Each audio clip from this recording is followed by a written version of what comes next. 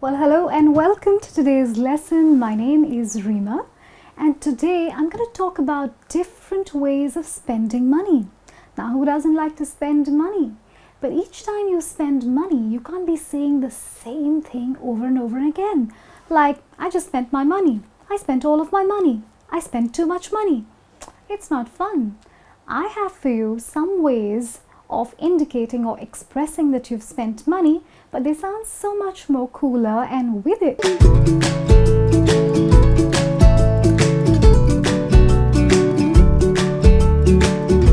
the first one on my list is to splurge on. Now, to splurge on, the word splurge indicates to go overboard, which means that you spent money, but you spent too much money, you went over your budget, you went overboard. So for example, Rina had been eyeing a designer outfit in her favorite store for a long time, and one fine day she just went and splurged on it, which means clearly Rina could not afford the outfit, but she decided to go overboard and overspend and go over her budget and actually buy it, which means that Rina actually splurged on her outfit. So that's the meaning of to splurge on. And the next one is fairly close, to splash out on. Now this means to spend a huge amount of money.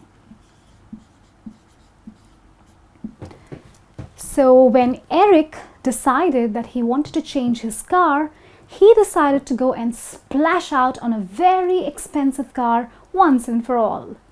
So which means that Eric decided to spend a huge amount of money, which means to splash out on his new car. Now the difference between splurging on and splashing out on is very, very tiny. To splurge on means to go overboard, to go over budget. So it just depends on your budget. So it could be a small amount for someone else, but for you that amount is big, which means you splurged. Whereas to splash out on actually means that you are spending a huge amount of money, but it may or may not be over budget for you. So that's the difference between to splurge on and to splash out on. Now the next one is to squander. Now to squander means to throw away or to waste money. So, I've read many novels in which, I've read the sentence, and the Lord just squandered his wealth away, which means the Lord in question actually wasted or threw away all his fortune, all his money. So to squander means to lavishly just waste or throw away your wealth or money. So that's the meaning of squandering, something that you do not want to indulge in for good reason.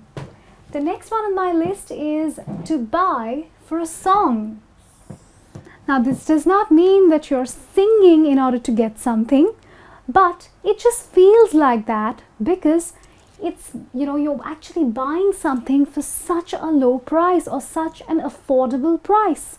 So when Sally saw that there was a sale at her favorite store, she actually went and bought a lot of outfits for the price of one, and she felt like she was actually buying it for a song. So when you get a very good deal on something, you pay very little, way little than you would have probably paid otherwise. It means that you've bought something for a song. So to buy for a song means to pay very little or too little.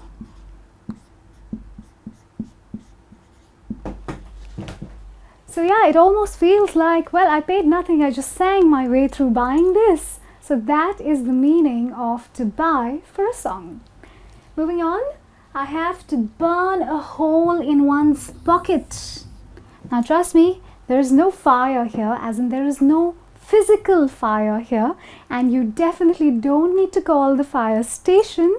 But to burn a hole in one's pocket actually means that you've spent all your money, so it feels like your pocket had a hole and all your money just slipped out. That's right.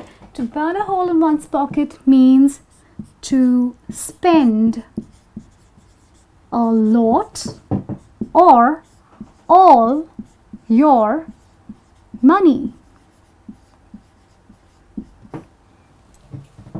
When I realized that, my car needed to go to the garage, I also realized that it was time for me to burn a hole in my pocket, or a huge hole was going to be burnt in my pocket, which means all my money was going to go towards the car repairs. So that is the meaning of to burn a hole in one's pocket. Moving on, I have to chip in. This actually is derived from the game of poker, where you actually put your chips on the poker table.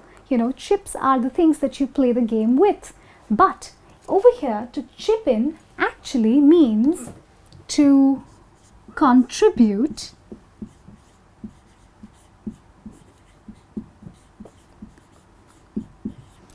but the best part is it means to contribute willingly.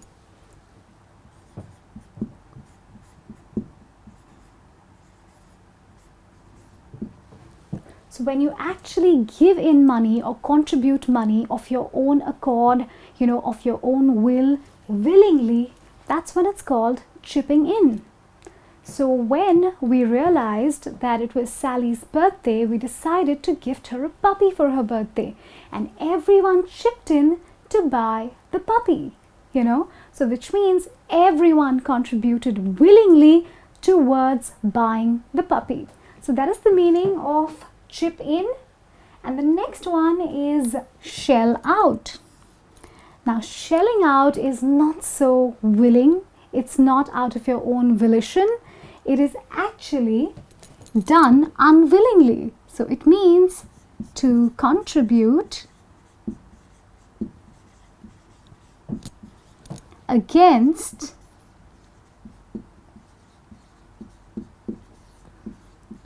your will. Now imagine that you have borrowed a lot of money from a particular friend, and then you and the friend had a falling out. You all don't talk anymore. And for some reason, you never felt like returning his money. Very bad, I must say. But well, and one fine day, he just came to your doorstep and forced you to shell out the amount, which means he forced you to return or contribute the money against your will. So that's the difference between chipping in and shelling out. When you chip in, you contribute willingly, and when you shell out, you contribute against your will. So that's the difference between chip in and shell out. And the next one on my list is to foot the bill. Now this has nothing to do with your foot or your feet. It just means to pay or take care of the bill. So when it was my father's 70th birthday, I insisted to foot the bill of his birthday dinner, or for his birthday dinner, which means I decided to pay or take care of the entire bill as a treat for my father and my family. So that's the meaning of to foot the bill. It means to pay or take care of the entire bill. And the next one, now this is a favorite with many people and has become a trend all over the world, to go Dutch, which means to split the money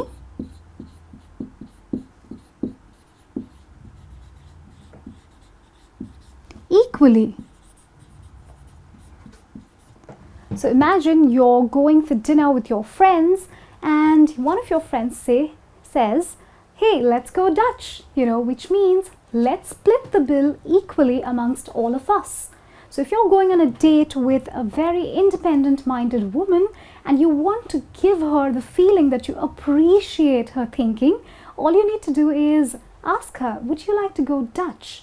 And she would really like it, if she's somebody who's very independent-minded and believes in going Dutch, which means believes in splitting the bill 2 ways or equally.